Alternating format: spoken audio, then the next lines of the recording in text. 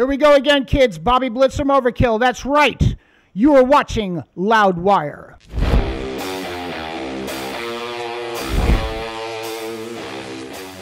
Hey everyone, Gruhamed here from Loudwire, again with one of my favorites, Bobby Blitz of Overkill. So good to see you again, Old man. friends. Yeah, huh? old friends. Haven't done this in too long. I like having history like this. You know? It's nice. It makes things a little less, no ice to break. It's nice and calm, relaxing. Very comfortable. We're talking music, interviews, our own interviews together, laugh tracks, all sorts of fun stuff. Lots of funny stuff on YouTube that you can go watch. But right now, White Devil Armory is the new record. So hearing the title, I'm, of course, wondering, who are these White Devils? You know, isn't it funny?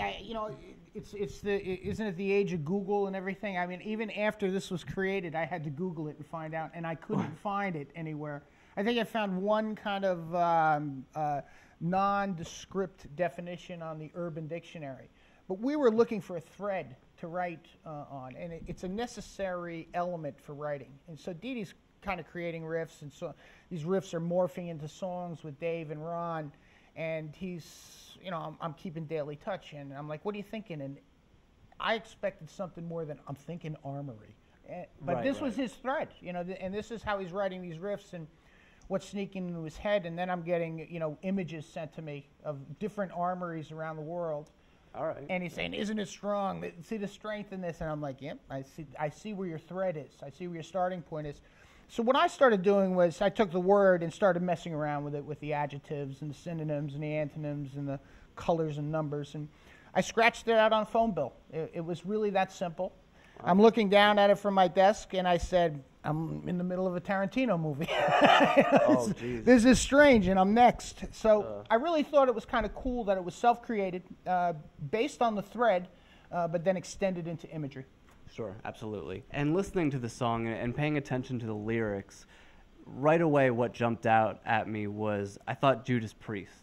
Because to me, it's like you're describing this character, like the armorist, and sort of the way they're talking about the painkiller, the sentinel, or something like that. Is the armorist like a character? Because I know you like your superheroes in songs like that. What is the armorist? What I did with the thread, if Armory was the thread, I kind of jumped off from there. And I don't really write in concept, but I like writing short stories, and I write really abstractly, and it's like, I get it from everyone I know. Geez, your emails are cryptic, man. I don't understand. But what I did was I created this character that goes through everything. And really all it is an introduction of self-worth versus loneliness. That the only thing louder than the roar in his ears is the madness inside his head. Yeah. And he remembers when he got there, but he doesn't know how he got to where he is.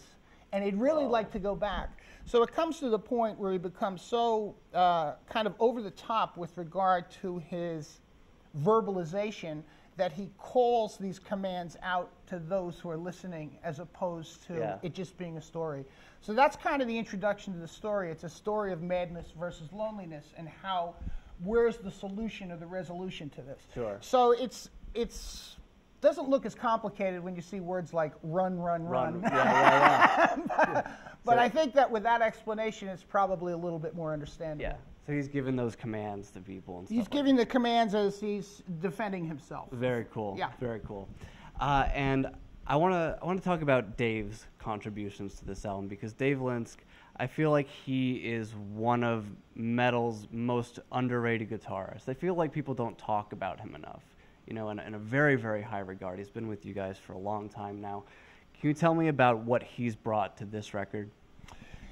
One of the things, just a little background on Dave's musical personality. When something is telling everyone else that it's white, Dave sees black. Okay. He can flip it, and it's his way of doing things. So what you would expect, Dave doesn't do. So, and then when you get his final result, you say, that actually makes sense because it's Dave. Okay. It's, there's Dave and the anti-Dave, that kind of a thing. So I think that what Dave does is always tries to, let's say, increase with regard to talent and presentation, what he's doing, but to think so far outside the box that what he brings to the party is almost a flair of a progressive guitar player. Oh yeah. And that's totally really the idea. You know, and he may not be appreciated in all other houses, but we love him. Of course. We talk about him all the time, good and bad. all you have to do is see the guy perform and you go, damn, that guy just knows how to play that fucking guitar. And he's a beast. He is. With grace. If that can actually happen, he can do both. I want to talk about your voice. I feel like it's just been, it really has been getting better in a lot of different ways, especially with the shrieking, like, of course, on the Electric Age, the Wish You Were Dead scream is just, like, ridiculous. But I also feel like nobody has really, maybe it's the wrong word, but copied your vocal style. I don't hear too many Bobby Blitz imitators out there. Do you feel the same way, or is there anyone who you think reminds you of yourself? Well, that's interesting. I mean, there's guys I know are cut from the same cloth. You know, I mean, we kind of came from that era, but I don't really hear newer guys doing it. Maybe that's because it's unpopular with them. But that's cool too. I mean, you still have to have your own identifiability. But I know Zetro in Exodus kind of has that vibe. You know, he kind of has that. Where he's singing from the throat. He's actually singing from here, but it sounds like it's coming from the throat. And that's kind of a unique way to approach it. I mean, Udo Dirkschneider from Accept was always one of my favorite singers. Not that I would try to copy him, but his voice lent itself to mine fitting into that. Definitely when it comes to the history of Overkill, you guys sort of entered a new renaissance after Ironbound came out. And all of a sudden, people are going more into thrash. The crowds are getting bigger. Electric Age comes out. Still, the crowds are getting bigger. People are more and more excited. I really want to know, from the release of Ironbound, what has been the most recognizable change in your career that has stuck until right now? Being invited to Loudwire on a regular basis. It's been less recently, so that's not even...